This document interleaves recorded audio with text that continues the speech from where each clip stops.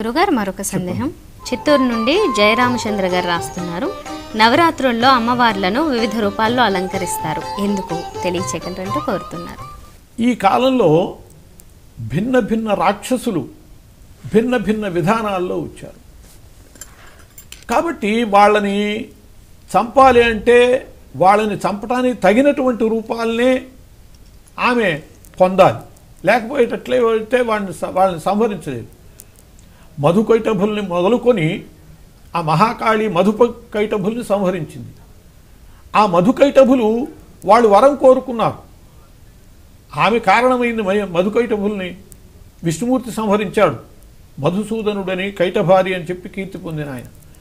వాళ్ళని సంహరించడంలో కీలకమైనటువంటి అనుగ్రహం ఆమెదే.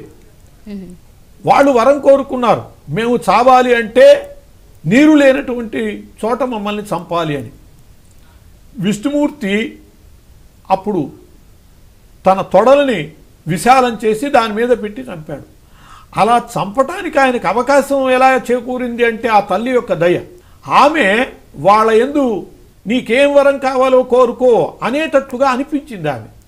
ఆ మహాకాళి యొక్క ఆ శక్తితత్వమే ఇలా వాళ్ళని సంహరించటానికి హేతువైంది. వాళ్ళ యొక్క మెదడు భాగమే మేదిని అయింది. మేదిని అంటే భూమి ఏర్పడటానికి కూడా వాళ్ళే కారణం. అంటే కాళి ఉన్నది, ఆ కాళి ఉగ్రమైనటువంటి రూపంతో నాలిక చాచుకుని ఉంటుంది, రక్తదంతిక. వీళ్ళు ఆ రాక్షసుల రక్తం కింద పడితే మళ్ళీ రాక్షసులు పుడుతున్నారు. అందుకోసమని ఆ రణరంగం అంతా కూడా రక్తం కింద పడకుండా నాలిక మీద పడేటట్లుగా వ్యాపింపజేసి వాళ్ళని సంహరించవలసినటువంటి పరిస్థితి వచ్చింది.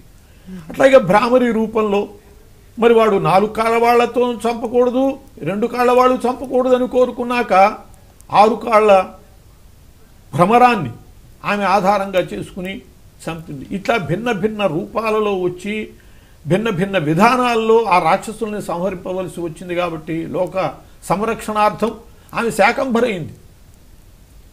వాడు దుర్గముడు, వాడు మొత్తం వేదాలను వశం చేసుకున్నాడు. దాంతో హోమాలు లేవు. హోమాలు లేకపోతే దేవతల యొక్క అనుగ్రహంతో వర్షాలు లేవు. వర్షాలు లేకపోతే పంటలు లేవు. తినటానికి ఏమీ పదార్థాలు లేనటువంటి పరిస్థితుల్లో ఆమె శాకంభరిగా వచ్చింది. శాకంభరి రూపాన్ని పొంది, శాకం అంటే కూర, తినటానికి కావలసినటువంటి సమస్త పదార్థాలతో ఆమె వచ్చి ఆమె అనుగ్రహాన్ని చూపింది. మరి అన్నపూర్ణగా మనం అవతారాన్ని ఏర్పాటు చేసుకుంటూ ఉంటాం. కనకదుర్గ అవతారాల్లో అన్నపూర్ణ ఉన్నది.